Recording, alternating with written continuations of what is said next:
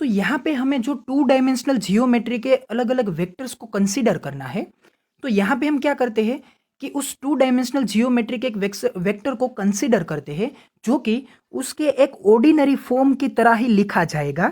तो ये इक्वेशन क्या बन के आता है, vector A is equals to A subscript X I caret plus A subscript Y J caret. और उसी तरह से हम एक एग्जाम्पल को कंसीडर करते हैं, vector A is equals to 3 time I caret plus 2 time J caret. तो इस वेक्टर को हम क्या करते हैं, इस वेक्टर को हम यहां पे टू डायमेंशनल प्लेन में ड्रॉ करने की कोशिश करते हैं। तो ये कंसीडर कीजिए एक्स एक्सिस, ये कंसीडर कीजिए वाई एक्सिस। तो क्या होगा, पहले हम करेंगे 3 टाइम आई वेक्टर को। तो ये किस तरह से बनेगा, ये बनेगा ये 3 टाइम आई कैरेट, और दूसरा क्या है 2 टाइम जे कैरेट। तो ये क्या है 2 टाइम जे कैरेट। और इन दोनों का ये जो वेक्टर एडिशन बन के आता है, इसका रिजल्टेंट वेक्टर क्या होगा, वो होगा टू डायमेंशनल जियोमेट्री का वेक्टर, जो कि ये हमारा इक्वेशन है। तो क्या करते हैं, इस 2j को, मतलब कि इस वेक्टर को हम क्या करते हैं, यहां पे रिप्लेस करते हैं। तो रिप्लेस करने के बाद इसको क्या कर देते हैं, कनेक्ट कर देते हैं। तो ये जो बन के आएगा वो क्या होगा, ये आपका फाइनल वेक्टर जो कि बनता है 3 time I caret plus 2 time J caret से। तो हम इस वेक्टर को यहाँ पे यूज करेंगे और फिर से उसे हम किन से मल्टीप्लाई करेंगे, इसे मल्टीप्लाई करेंगे स्केलर 2 से। तो यहाँ पे हम दो टर्म्स को अलग अलग देखेंगे कि अगर हम इन इंडिविजुअल वेक्टर को पहले 2 से मल्टीप्लाई करते हैं और बाद में उसका एडिशन लेते हैं, या फिर इन दोनों इंडिविजुअल वेक्टर से हम एक वेक्टर बना लेते हैं जो कि ये हमारा वेक्टर है, और इसे हम 2 से मल्टीप्लाई करते हैं। तो इन दोनों केस में फाइनल आंसर क्या आता है ये हमें चेक करना है। तो चलते हैं यहाँ पे देखने के लिए। क्या होगा कि ये आपका vector A is equals to 3 time I caret plus 2 time J caret. अगर आप इसे यहाँ पे ड्रॉ करना चाहे तो क्या होगा, ये कुछ इस तरह से होगा, जिसका इक्वेशन क्या है, vector A is equals to 3 time I caret plus 2 time J caret. फिर हम इसे क्या करेंगे, 2 से मल्टीप्लाई करेंगे। तो 2 से मल्टीप्लाई करने का मतलब ये होता है कि हमें इसको करना है कंट्रोल सी। पहले करेंगे कंट्रोल ए, मतलब कि सिलेक्ट कर लीजिए, फिर कीजिए कंट्रोल सी, मतलब कि कॉपी कीजिए, और इसी डायरेक्शन में इसे क्या करना है, आपको पेस्ट करना है। जो मैंने आपको ये बोला है कि इसी डायरेक्शन में, क्यों इसी डायरेक्शन में, क्योंकि आपका स्केलर पॉजिटिव है, स्केलर नेगेटिव नहीं है। अगर स्केलर नेगेटिव होता तो हम क्या करते, तो हम इसे नेगेटिव डायरेक्शन में पेस्ट करते। तो यहां पे क्या करते हैं, इसे कंट्रोल सी करके यहां पे करते हैं कंट्रोल वी, मतलब कि ये बनेगा उसका दूसरा पोर्शन। तो ये क्या था, ये था आपका वेक्टर ए, और ये भी क्या बन के आया, ये भी बन के आया वेक्टर ए। तो इन दोनों को कंटिन्यूअसली ऐड करने की वजह से आपको क्या बनेगा, ये बनेगा उसका रिजल्टेंट वेक्टर। तो इस रिजल्टेंट वेक्टर का इक्वेशन क्या हो सकता है, इसे आप डिटरमाइन करने के लिए क्या करेंगे, इस पूरे के पूरे 2 यूनिट के वेक्टर का आप क्या करेंगे, प्रोजेक्शन कंसीडर करेंगे। तो ये प्रोजेक्शन किस तरह से बन के आएगा, तो इस प्रोजेक्शन को हम लेंगे कुछ इस तरह से। तो ये पहले लीजिए आपका ये पूरा का पूरा वेक्टर जो कि 2 टाइम ए है। क्या है ये, 2 टाइम ए, क्योंकि आपको इसे 2 के साथ क्या करना था, मल्टीप्लाई करना था। तो इसका प्रोजेक्शन एक्स के ऊपर ये मिलेगा, और वाई के ऊपर आपको क्या मिलेगा, ये उसका प्रोजेक्शन मिलेगा। तो ये एक्स का प्रोजेक्शन है, उसका पोर्शन क्या आएगा, देखिए यहाँ पे 6 यूनिट है, 1 2 3 4 5 और 6। तो मतलब कि एक तो आएगा 6, और एक्स डायरेक्शन होने की वजह से क्या आएगा, आई कैरेट। तो ये हो गया नीचे का वेक्टर, उसका एक्स एक्सिस का प्रोजेक्शन। यहाँ पे क्या है, ये उसका वाई एक्सिस का प्रोजेक्शन है। तो यहाँ पे कितने यूनिट है, 1 2 3 और 4, मतलब कि प्लस कीजिए, क्योंकि इन दोनों वेक्टर का तो हमें एडिशन ही लेना पड़ेगा ना इस रिजल्टेंट वेक्टर को बनाने के लिए। तो ये क्या आएगा, 4 टाइम वाई एक्सिस में होने की वजह से आएगा जे कैरेट। तो ये आंसर बनता है आपके इस वेक्टर को 2 स्केलर के साथ मल्टीप्लाई करने की वजह से बनने वाले रिजल्टेंट वेक्टर v का इक्वेशन। इक्वेशन क्या बना, 6 time I caret plus 4 time J caret. तो यहाँ पे आपने देखा कि पहला वेक्टर था वो भी प्लेनर था, बाद में जो वेक्टर बन के आया वो भी प्लेनर है। और अगर दोनों की डायरेक्शन को कंपेयर किया जाए तो वो डायरेक्शन भी क्या है, वो डायरेक्शन भी एक ही डायरेक्शन में है, क्योंकि जो मल्टीप्लाई होने वाला स्केलर था वो कैसा था, वो था प्लस। तो यहाँ पे इस मैथमेटिकल फॉर्म को देख लीजिए, vector v is equals to 2 time vector A, hence vector v is equals to 2 time A के स्थान पे हमने क्या लिख लिया, ये उसका जो इक्वेशन था इस इक्वेशन को रिप्लेस कर लिया 3 टाइम आई प्लस 2 टाइम जे, और इसको हमने इन दो को मतलब कि इस 2 को क्या किया, इसके साथ इंडिविजुअली मल्टीप्लाई किया, 2 को आई कैरेट के साथ और 2 को जे कैरेट के साथ। तो ये क्या बना, 2 into 3 time I caret plus 2 into 2 time J caret, जो कि आंसर बन के आता है 3 इंटू 2 बिकेम्स 6 और 2 इंटू 2 बिकेम्स 4, जो कि फाइनल वेक्टर हमारा क्या बना, vector v is equals to 6 time I caret plus 4 time J caret. तो यहां पे हमने मैथमेटिकल स्टेप को भी चेक किया, जियोमेट्री को भी चेक किया, दोनों की वजह से जो बनने वाला आंसर आया वो आंसर कैसा है, एग्जैक्ट सेम है, उसमें कोई भी चेंज नहीं है।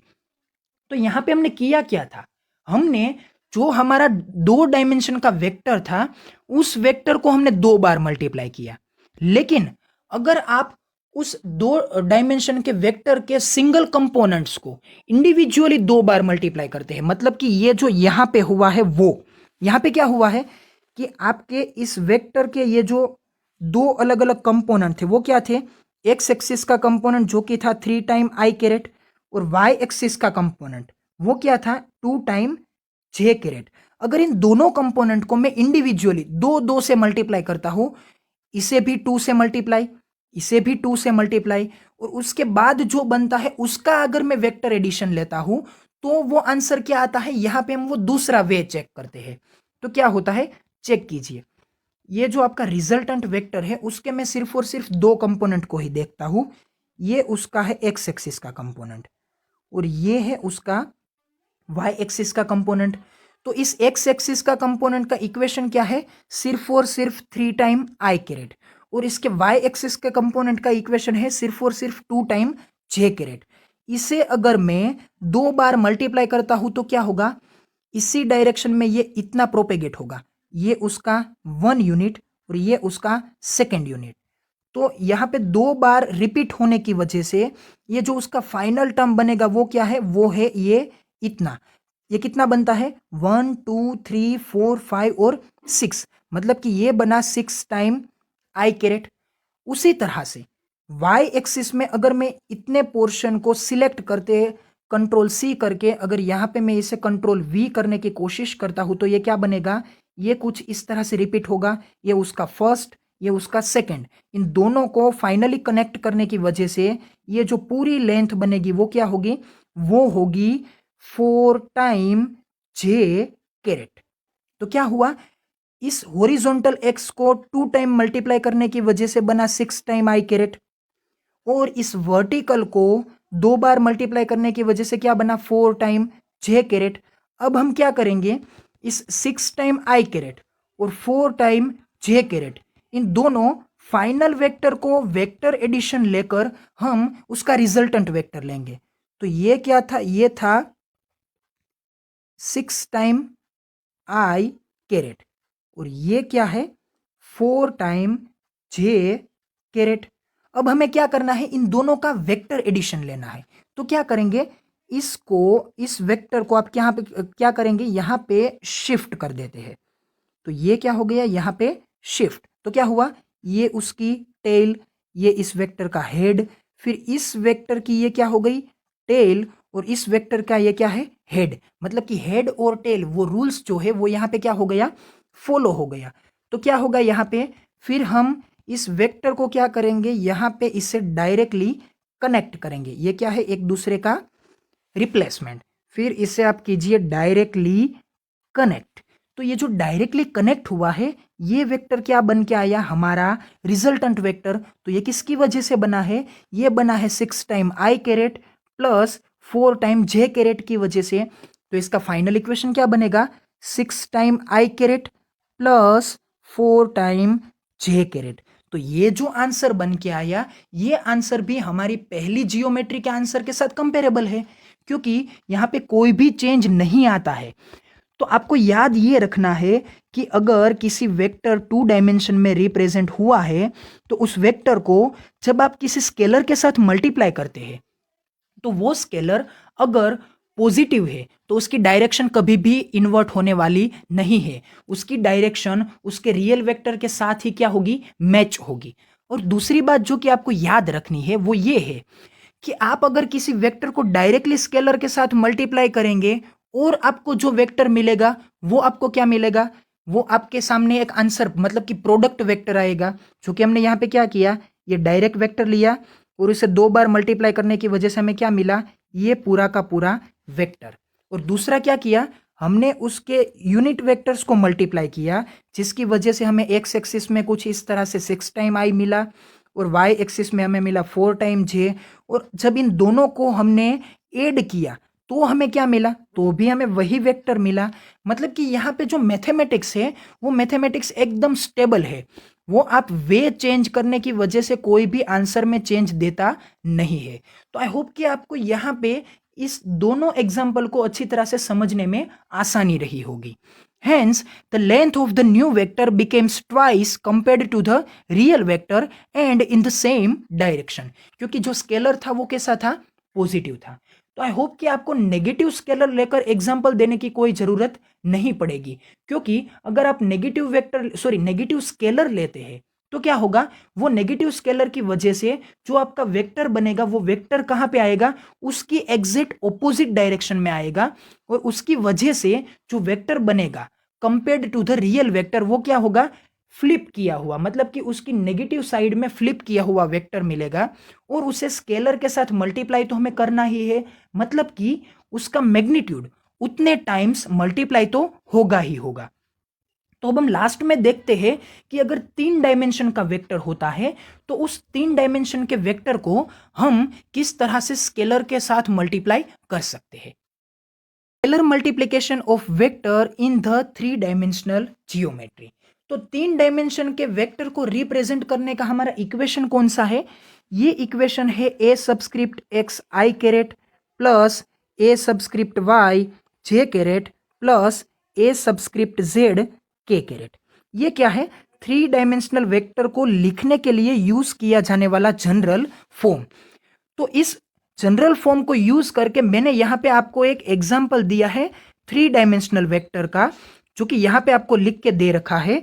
Vector A is equals to 3 time I caret plus -2 time J caret plus 5 time K caret. तो इसको आपको किसके साथ मल्टीप्लाई करना है, आपको इसे स्केलर -3 के साथ मल्टीप्लाई करना है। तो मैथमेटिकल टर्म यहां पे आप देख सकते हैं, vector v is equals to a is equals to -3 time a, मतलब कि यहां पे मैं आपको ये लिखना भूल चुका हूं कि यहां पे आपको क्या है, ये टर्म कुछ इस तरह से बनेगा -3 टाइम a वेक्टर। तो क्या हुआ, -3 एज इट इज रखा और इस ए के साथ ए को जो ये आपकी वैल्यू है, मतलब कि ये जो आपका वेक्टर है, ये आपने क्या कर दिया, यहां पे रिप्लेस कर दिया। फिर आप क्या करेंगे, इस -3 को यहां पे इंडिविजुअल कंपोनेंट के साथ क्या करेंगे, मल्टीप्लाई करेंगे। तो क्या होगा, -3 इंटू 3 टाइम आई, थोड़ा सा क्लियर कर देता हूं, -3 इंटू 3, -3 इंटू -2 और -3 इंटू 5। यहां पे आपको अच्छी तरह से याद रखना है कि अगर इस मैथमेटिकल स्टेप में आपका कोई एक स्टेप ज्यादा होता है तो प्लीज आप एक स्टेप ज्यादा लिखिए, लेकिन कभी भी स्टेप को स्किप करने की भूल मत कीजिए, क्योंकि अगर आप स्टेप को स्किप करेंगे तो ये जो प्लस और माइनस की साइन की ये जो मिस्टेक है वो मिस्टेक होने के चांसेस बढ़ जाते हैं। क्योंकि चेंज तो सिर्फ और सिर्फ एक स्टेप का ही आता है, लेकिन उस एक स्टेप को कम करने के कारण आप फाइनल आंसर में भूल कर देते हैं। तो आपको ये याद रखना है कि स्टेप चाहे कितना ही एक ज्यादा क्यों ना हो, लेकिन आपको उसे स्किप नहीं करना है।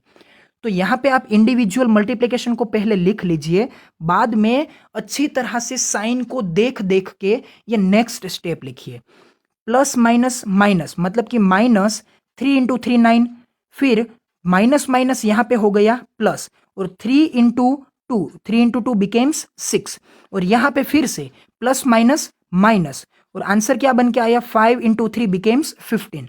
तो ये जो फाइनल आपका स्टेप बना वो स्टेप क्या है, वो है -9 time I plus 6 time J and -15 time K caret. तो ये है आपका रिजल्टेंट वेक्टर, जो कि इस वेक्टर ए को -3 टाइम्स स्केलर के, मतलब कि इस -3 स्केलर के साथ मल्टीप्लिकेशन करने की वजह से आपको मिला है।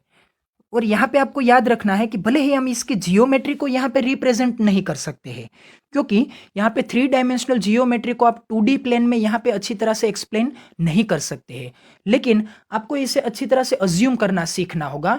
और जो प्रिंसिपल और जो रिजल्ट हमने आगे बात की थी कि अगर आपका स्केलर पॉजिटिव है तो उसकी डायरेक्शन कैसी होगी, रियल वेक्टर की डायरेक्शन में ही रहेगी, लेकिन अगर आपका स्केलर नेगेटिव है तो उसकी जो रिजल्टेंट वेक्टर की डायरेक्शन होगी वो डायरेक्शन एग्जैक्टली क्या आएगी, एग्जैक्टली उस रियल वेक्टर की ऑपोजिट आएगी। तो यहां पे क्या हुआ, ये जो आपका वेक्टर है उसकी डायरेक्शन और ये आपके रियल वेक्टर की डायरेक्शन दोनों क्या होगी, एक दूसरे के साथ इमैच होगी। इमैच से मेरा मतलब है कि ये एक दूसरे के साथ एग्जैक्टली फ्लिप हुए होंगे, एग्जैक्ट ऑपोजिट डायरेक्शन में होंगे। तो यहां पे मैंने आपको वो कंक्लूजन लिख के दे ही रखा है, तो इसे रीड कर लीजिए। Hence, the length of the vector becomes thrice, मतलब कि ये 3 बार तो मल्टीप्लाई हुआ है, इसलिए उसकी लेंथ कितनी बनेगी, थ्राइस, 3 टाइम बनेगी। लेकिन जो उसकी डायरेक्शन है वो क्या होगी, thrice compared to the real vector and in the opposite direction, मतलब कि उसकी डायरेक्शन क्या होगी, ये डायरेक्शन आएगी नेगेटिव डायरेक्शन में, उस रियल वेक्टर के कंपैरिजन में ऑपोजिट डायरेक्शन में। तो यहां पे हमने 1 डायमेंशन, 2 डायमेंशन और 3 डायमेंशन सभी वेक्टर्स को एक स्केलर के साथ मल्टीप्लाई करके देख लिया, और उस स्केलर को प्लस या फिर माइनस किस तरह से हो सकता है उसके साथ साथ उसके अलग अलग केसेस को भी हमने देख लिया। अब हम बात करते हैं इस वीडियो के कंक्लूजन के बारे में। यहाँ पे इस वीडियो के कंक्लूजन को आप देख सकते हैं कि पहले हमने अलग अलग वेक्टर्स के क्लासिफिकेशन को देखा। इस क्लासिफिकेशन में हमने 1 डायमेंशन, 2 डायमेंशन और 3 डायमेंशन सभी वेक्टर के इक्वेशन को और इसे हम जियोमेट्रिकली क्या बोल सकते हैं वही देखा, कि एक हो सकता है लिनियर, दूसरा है एरिया और तीसरा है वॉल्यूम। इन सभी वेक्टर के इक्वेशन को और उसके जनरल फॉर्म को देखने के बाद हमने उसको स्केलर मल्टीप्लिकेशन के एग्जाम्पल में टर्न आउट किया, जहां पे हमने 1 डायमेंशन में यूज किया और ये देखा कि स्केलर प्लस हो तो क्या होता है, स्केलर माइनस हो तो क्या होता है, और इसे मल्टीप्लाई करने की वजह से हमें जो उसका रिजल्टेंट वेक्टर मिलता है वो रिजल्टेंट वेक्टर किस तरह से जियोमेट्री में ड्रॉ किया जा सकता है। और ऐसा ही एग्जाम्पल हमने स्केलर मल्टीप्लिकेशन का देखा 2 डायमेंशनल जियोमेट्री में, और वहां पे भी हमने स्केलर का यूज किया पॉजिटिव में, और आपको अच्छी तरह से समझ में आ ही गया होगा कि अगर नेगेटिव होता तो क्या उसका आंसर हो सकता था। फिर हमने लास्ट में 3 डायमेंशन में बात की, और इस 3 डायमेंशन जियोमेट्री में हम यहाँ पे अच्छी तरह से ड्रॉ नहीं कर सकते हैं, इसलिए हमने उसका सिर्फ और सिर्फ मैथमेटिकल रिप्रेजेंटेशन लिया और मैथमेटिकल कैलकुलेशन ली, और वहां पे उसी जो कंक्लूजन था उसी कंक्लूजन के बारे में हमने बात की कि अगर स्केलर नेगेटिव है तो उसकी डायरेक्शन नेगेटिव हो जाएगी, लेकिन उसका मल्टीप्लिकेशन तो उस स्केलर के मैग्नीट्यूड के टाइम होगा ही होगा। तो आई होप कि आपको ये वीडियो अच्छी तरह से समझ में आ गया होगा, और स्केलर को वेक्टर के साथ किस तरह से मल्टीप्लाई कर सकते हैं ये कंसेप्ट आपके लिए क्लियर हो गया होगा। So thank you so much for watching this video. और अगर आपको कोई क्वेश्चन हो सकता है तो वो क्वेश्चन आप यहाँ के कमेंट सेक्शन में लिख सकते हैं, मैं आपको आंसर उसी कमेंट सेक्शन में दे देता हूँ। और अगर आपको उस क्वेश्चन को मुझे मेल करना है या फिर कॉन्टेक्ट में सेंड करना है तो ये कॉन्टेक्ट और मेल आईडी को भी आप इस वीडियो के डिस्क्रिप्शन में देख सकते हैं। Thank you.